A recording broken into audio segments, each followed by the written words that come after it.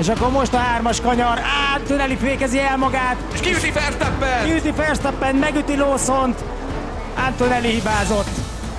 Vége a versenyének. Antonelli torpedózta, meg elfékezte magát. Nulláz ezen a futamon, hogy Antonelli is. Valószínűleg elnézést is kér. Most jönnek a nemzetközi kézmozdulatok.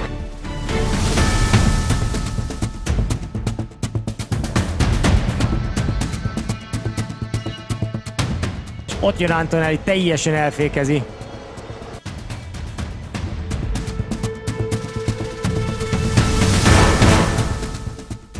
Antonelli fékezi el magát. És kiüti Verstappen! Kiüti Verstappen, megüti Lawsont. Antonelli hibázott.